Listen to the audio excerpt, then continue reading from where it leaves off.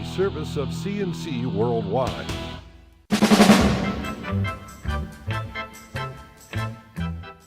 CNC podcasts are a service of CNC Worldwide, and they're brought to you by the Greece Chamber of Commerce, providing more than 800 member companies with business solutions since 1984. A swift and intense thunderstorm knocked out power late yesterday afternoon for more than 27,000 Rochester Gas and Electric customers across the company's 7-county service area.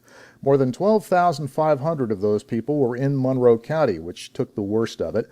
Numerous trees and power lines went down, even whole lines of utility poles in a couple of cases.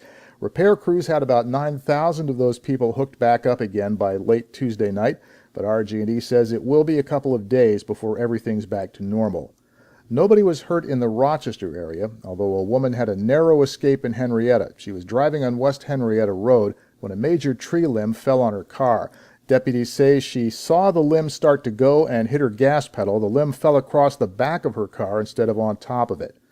Now, further east, where the storm was more intense, there are reports that a number of people were killed when 4 houses collapsed in Madison County near Cazenovia.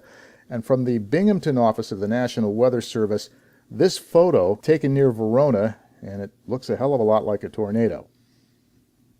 United States Senator Chuck Schumer and Kirsten Gillibrand say FEMA has issued a disaster declaration for 11 upstate counties hit hard by flash floods nearly 2 months ago. The declaration makes them eligible for federal recovery aid to help rebuild more than $28 million worth of damaged roads and other infrastructure. Those include Livingston, Ontario, and Yates counties, which took heavy damage from back-to-back torrential rainstorms in mid-May. Rochester Deputy Mayor Len Reedon will be back in court on August 12th to answer a drunken driving charge. A judge has ruled that statements he made to police were lawfully given and admissible as evidence. Reedon was stopped in mid-March, speeding on I-490 downtown. He admitted to state police that he had drunk several glasses of wine while out to dinner with his family. The trooper who arrested him testified Reedon failed several field sobriety tests.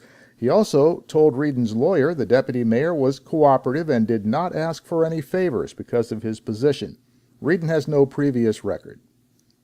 The city of Rochester has gone ahead and filed its complaint with city court seeking to shut down the Captain's Attic Club as a public nuisance.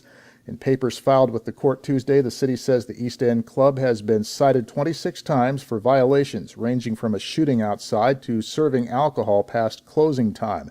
The club's owner has 10 days to respond, and he can request a hearing, in which case he can keep operating pending the outcome of that hearing. But he might have to operate without a liquor license. The State Liquor Authority is now investigating Captain's Attic for possible liquor law violations, and it could pull the club's license. Mayor Warren defends her decision to shut down the Captain's Attic and to ask another East End club to close voluntarily for a while.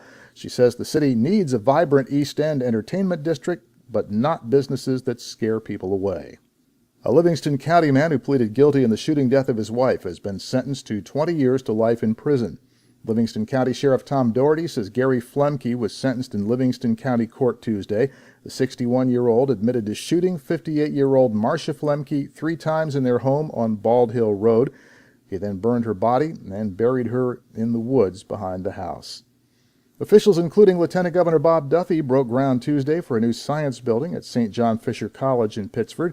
Fisher President Dr. Donald Bain says the college is putting $14 million into the new science building and nearly $2.5 million to renovate and upgrade the existing science facilities. Bain says the new labs and academic spaces will support general and biochemistry, particularly the college's programs in healthcare and nursing. An elderly Rochester woman is dead in a house fire on Fernwood Avenue in northeast Rochester.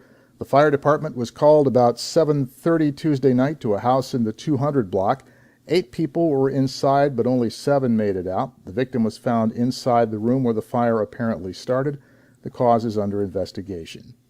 And the West Arundecoit School District Board of Education held its collective noes Tuesday night and voted to complete the $1.5 million in budget cuts required after voters twice failed to approve next year's budget. The district had to cut another $175,000 to get down to the spending level mandated by a contingency budget.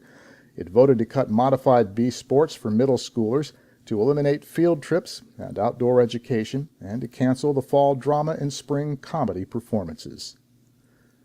Your next CNC podcast is whenever you click on one of these pages and catch one, and we post updates as necessary. I'm Bud Lowell, CNC News.